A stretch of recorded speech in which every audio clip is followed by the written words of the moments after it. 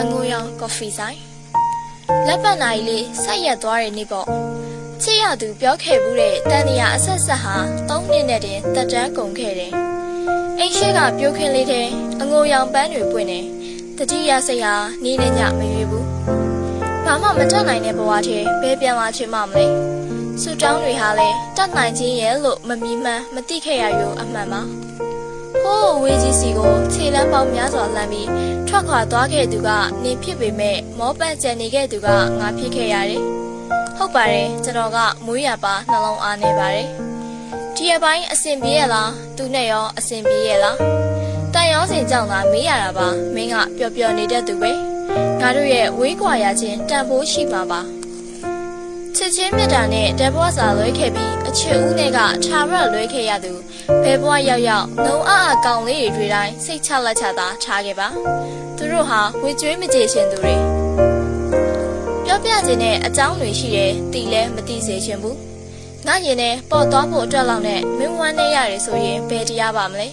ထားလိုက်ပါတော့ဟာတာတွေဖတ်မိတဲ့အခါခဏကြာရေမောလိုက်မိပေမဲ့ပြီးတော့လေထုံးစံအတိုင်းပါပဲအနာတရားတွေကြားထဲကနေရေပြုံးနေနိုင်သေးတာကိုပဲဂုံယူလို့မဆုံးဘူး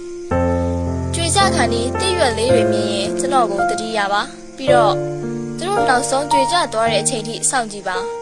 ကိုချင်းစာစိတ်ဟာလောကမှာအရေးကြီးပါတယ်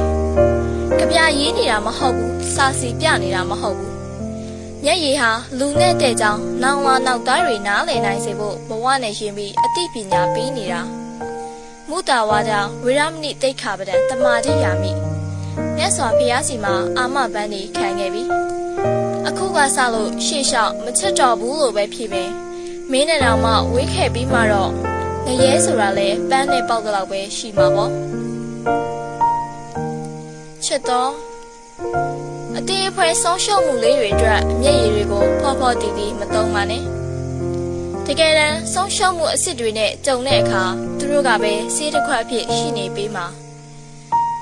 တစုံတစ်ခုကိုမောမောပန်ပန်လိုက်ရှာနေတာမြင်တော့လူတွေကမင်းဖြစ်စီလေးပျောက်သွားလို့လားတဲ့လူမြင်မကောင်းသူမြင်မကောင်းရှုံးပွဲချငိုခဲ့မိတယ်သူများဖြစ်စီလေးကိုကျွန်တော်ကလေအကြောင်းတွေလည်းထက်လာပါပြီအကြောင်းတွေလည်းထက်လာပါပြီကံကုန်ရင်လည်းကုန်လိုက်ပါတော့ပြန်ဆုံရင်လည်းဆုံလိုက်ပါတော့အခုလိုရာသီမျိုးရောက်ရင်အမွေးပေါ်အနှွေးထည်လေးနဲ့ချစ်စရာကောင်းနေရော့မယ်